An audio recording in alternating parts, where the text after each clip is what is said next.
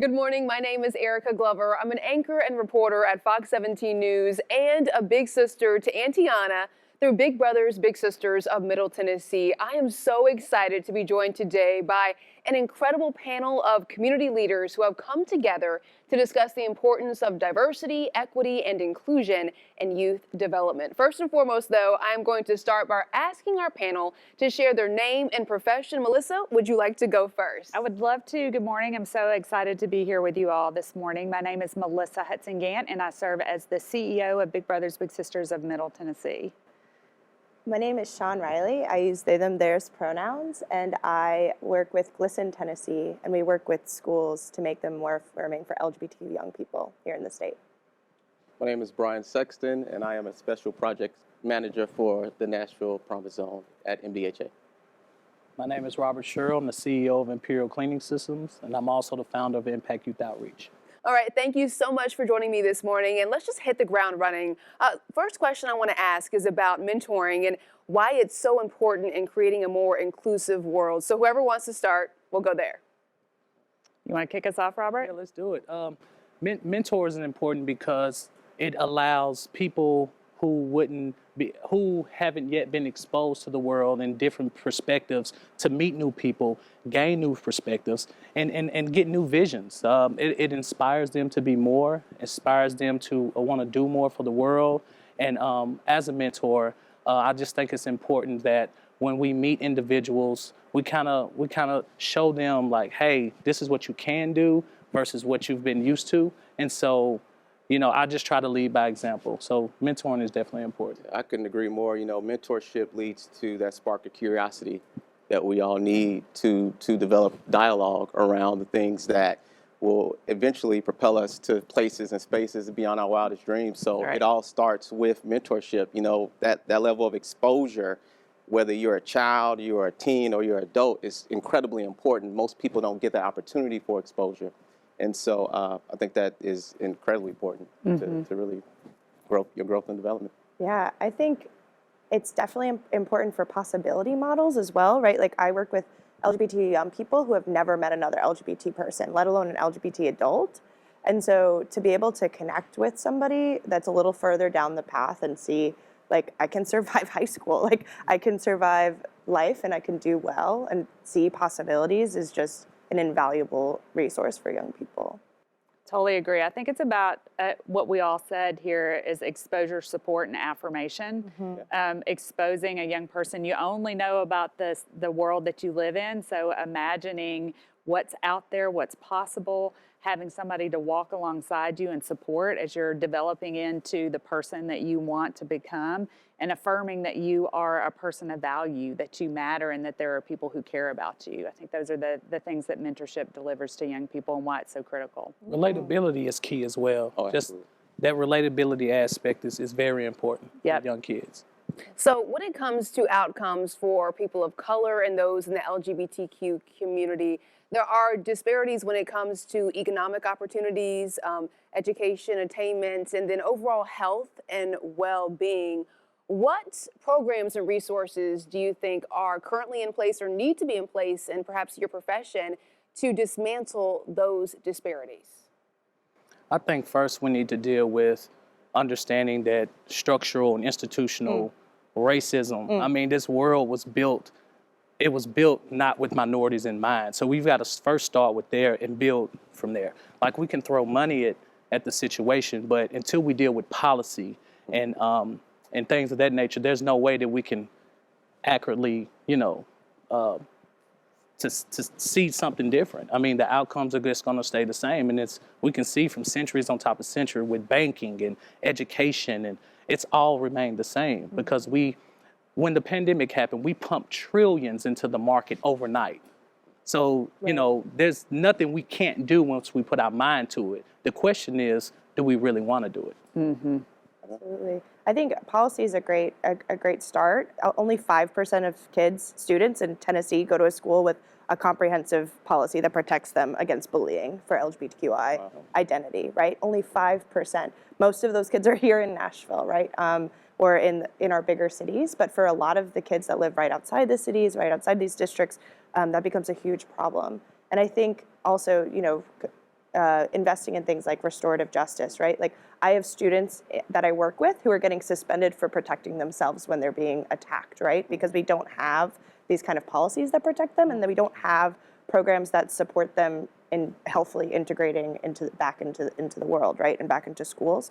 And just wraparound services as much as we can. I got to go to a really cool school in New York, which was a community school, and we had a health program like right in the school where kids and their families could go and get their dentistry needs looked at, their mental health needs looked like, and for free, right? Whereas we can talk about healthcare disparities all day, but if we had these kind of things embedded in these things where they're legally forced to go to schools, I think could be incredibly helpful. I think it's really a multi-tier approach that we need, from policy to these programs in schools to community organizing and mentorship to really round out and help these young people thrive and survive. Yeah, I do think to follow that up, some of the things that are happening on the ground in place now, I know at MDHA through the National Promise Zone, we are encouraging collaboration. Even our partnership with Big Brothers and Big Sisters of Middle Tennessee is one primary example of that, where we're trying to encourage more nonprofits to get out of their silo and really collaborate with each other around a specific goal, if you will, whether it be mentorship, whether it be housing, whether it be education.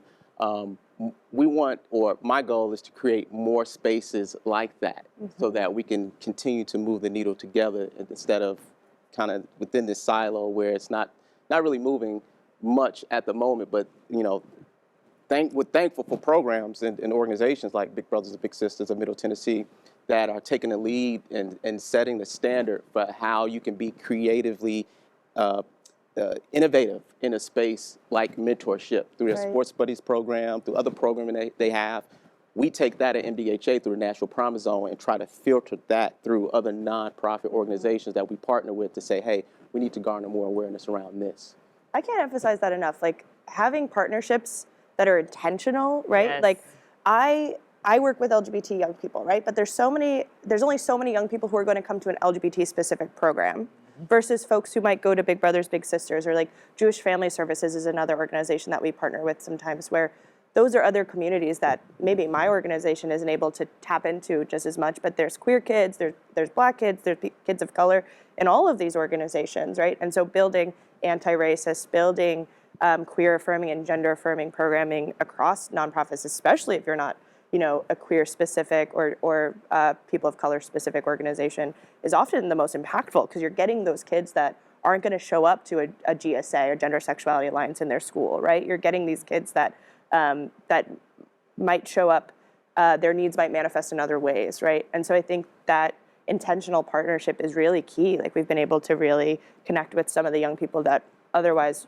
we would not have been able to. When you think about it, we have inherited the world that we live in, and that will be our legacy. And so, us partnering together to do the best that we can to lift up all of the young people in our community, and also empower and inspire them, because whatever progress we make in our lifetime will not be enough. You just referenced 400 years. Right? Nothing's going to be fixed or solved in our lifetime. Hopefully we make some steps forward and we leave this world better than what we found it. But if we can empower our young people and help them envision the community and the world that they want to build, then they carry on maybe a little bit of a lighter load than what we were left with. It is truly all about empowerment. And going forward, words like at risk, vulnerable, disadvantaged, those are some words that can contribute to self-fulfilling prophecies. And there's a school of thought that says, hey, organizations who focus on youth initiatives, they should really watch the stigmas attached to those words. So can we talk about what your feelings are when you hear those words? I know I use those words on the news and I'm like, hey, wait a minute. Let's think about the meaning behind that. Words have power. I mean, we know that. I mean, words have power. And me being a returned citizen, back then I was called an ex-felon, right? And we softened the notion of that by saying, okay, you're a returned citizen, which is accurate. But I think it's important that we definitely change the terms. My organization uses at-risk youth. but I would love to see something different, because like I said, words have power. And as long as we perpetuate that narrative, then people will do nothing but subscribe to it. And I think it also is inaccurate to call a group of people at risk, because as humans, we are all at risk. Right. We are at risk of being the victim of crime. We are at risk of making a bad decision. We are at risk of being in a community that's under-resourced. Everybody's at risk. So it's inaccurate to call a group of kids at risk. And it is also, the theme of our breakfast today, part of it is about intention. So what's the intention in using a label? Right. Are we trying to help kids envision the best version of themselves? What do we want them to hear when we're using terms? I also think it's just like the unit of measurement is off, right? Like when we talk about at-risk youth or disadvantaged youth, it's not like the system's disadvantaging them, right? And so I think zooming out in a way can help us to see the ways in which this kid isn't at risk. We've put them at risk, right? We take the responsibility. And I think I have the same kind of issue with trauma-informed care, right? Where young people are then labeled as traumatized and that's all they get. And I think it's Dr. Shawn writes about healing center engagement, which is a kind of a shift from trauma-informed care that looks at those systems, the communities that they come from. What are the assets that young people have that we can leverage to move towards healing? And how do we look at the systems that have disadvantaged them, right? I think a lot of the work that we do, the language that we use, is this like hyper-focused individualist language that erases all the reasons why that kid might be traumatized or at risk or disadvantaged. And those are the things that we need to change for those kids and the kids beyond them, and for us to have those positive outcomes further down the road. Make a shift to strengths-based. Right, absolutely. You talk about intentionality. I know, we're partnering with Judge Sheila Calloway and Lionel Matthews Jr. to go into these these areas that have that stigma, to reach out to these kids to say, you are not at risk. You have great promise on your life. And we see you, and we feel that's incredibly important, because these communities are stigmatized in a way to where they've given those labels, and those kids grow up with that vocabulary, and it kind of stays with them like a rain cloud will follow you, around. And so changing the narrative and focusing on how we can change that narrative as early as we can change it is what we need to do. Absolutely. And talking about changing that narrative, what gives you hope for this next generation of leaders in our communities? Their innocence. For me, it's their innocence. I think these past 2 years have been incredibly challenging, right?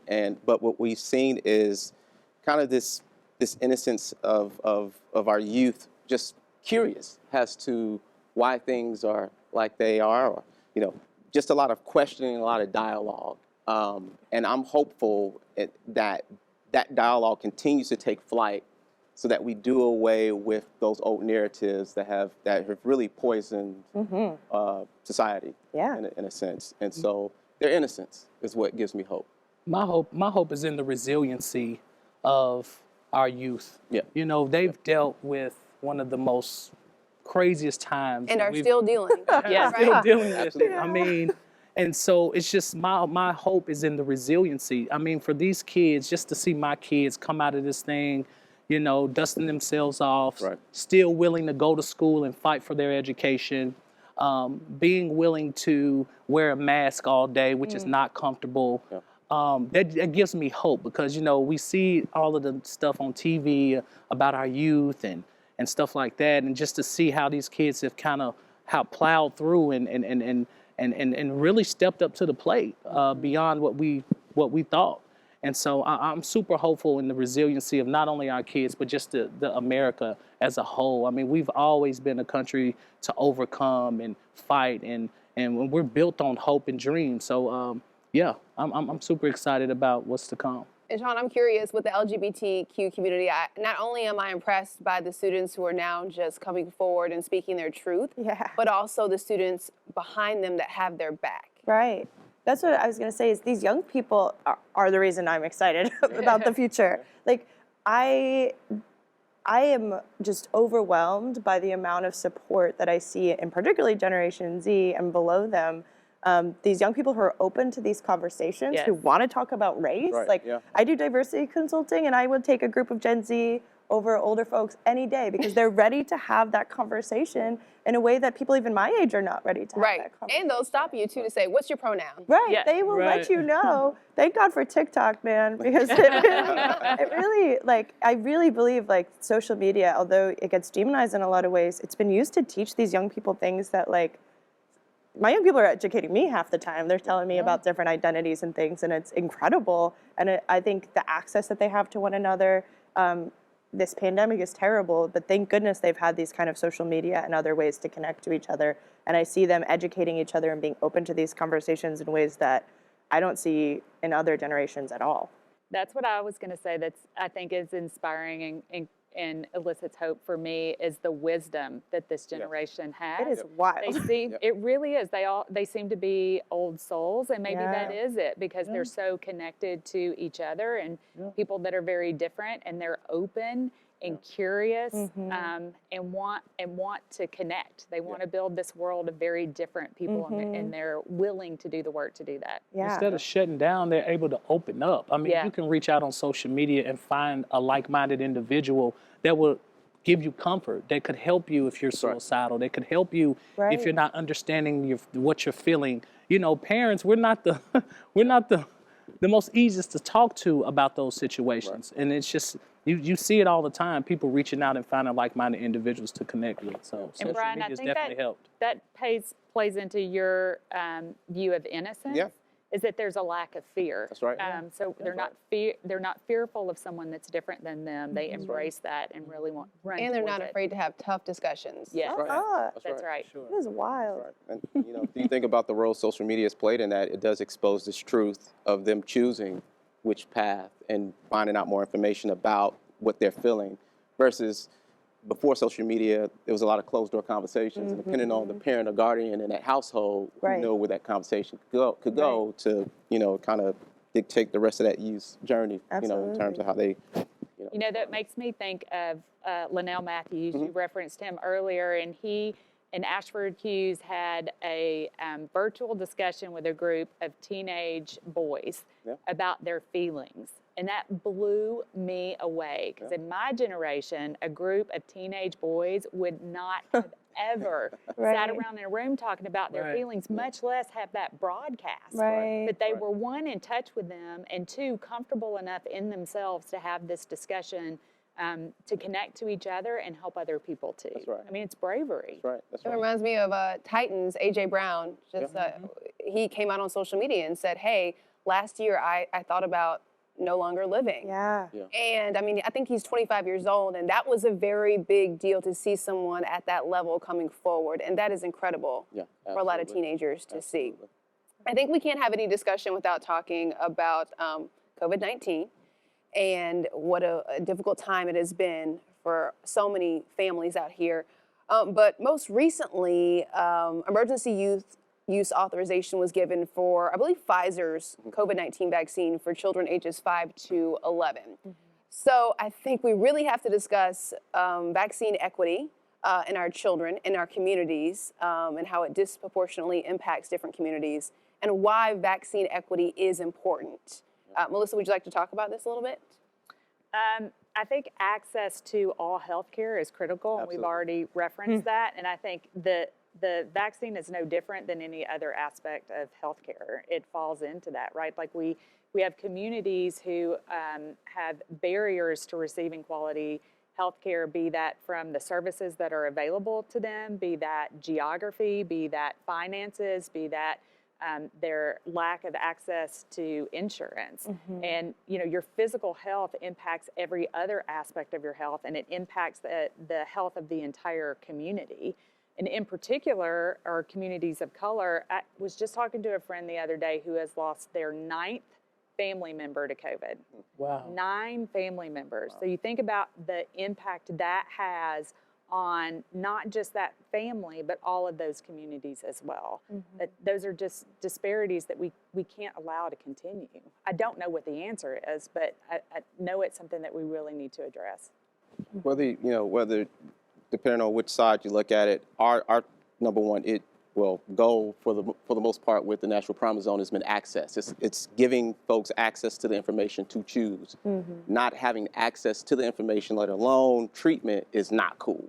So what we've been trying to do through the National Promise Zone is create a series of virtual calls to just give people access to the information so that they can make an educated decision on what's best for their family, for their children. And I think that's been highly effective. But when you think about communities that don't even have access to internet, let alone treatment, you know, that is unacceptable. So And non-judgmental access, right? Like we have to like recognize these histories of medical racism, these histories of, you know, during the AIDS epidemic and continued on to today, like the ignorance around LGBTQ healthcare, right? And the ways in which our minoritized populations have been historically denied healthcare, have been given misinformation, and understanding the reasons why people might not want to participate in vaccination, right? And actually getting at that and educating around that as well, I think can really help build understanding about why, you know, vaccination rates might be the way they are, but also education rates, or like educating folks to get the vaccine or whatever the best choice is for their family. Right. And not criticize somebody's perhaps perspective, but listen to them, have a conversation, educate, and move forward. right. Again, just to piggyback off what you said, it's institutional structural with me. Everything goes back. Like there's so mistrust within minorities communities as it pertains to health and everything else. I'm blessed enough to be able to have gotten the vaccine, but then I give kudos to Dr. Turner Nash, who opened up Recover Health right in the middle of North Nashville and was able to give vaccines to those underserved communities. And so I just think it's, again, educating the community on where these places are and opening up more places, the government really putting the vaccines in the minority communities where we can get access to them. Well, I want to thank all of you for bringing your vulnerability, your experience, and your insight to this discussion, and for the work you do every single day to provide the resources, the opportunities, and just the support to young people in our community. And I don't know about you, I'm feeling very energized about all of this. And next, we're going to introduce you to this year's award recipients who have been recognized as trailblazers in this space for their outstanding commitments to serving and supporting Middle Tennessee youth.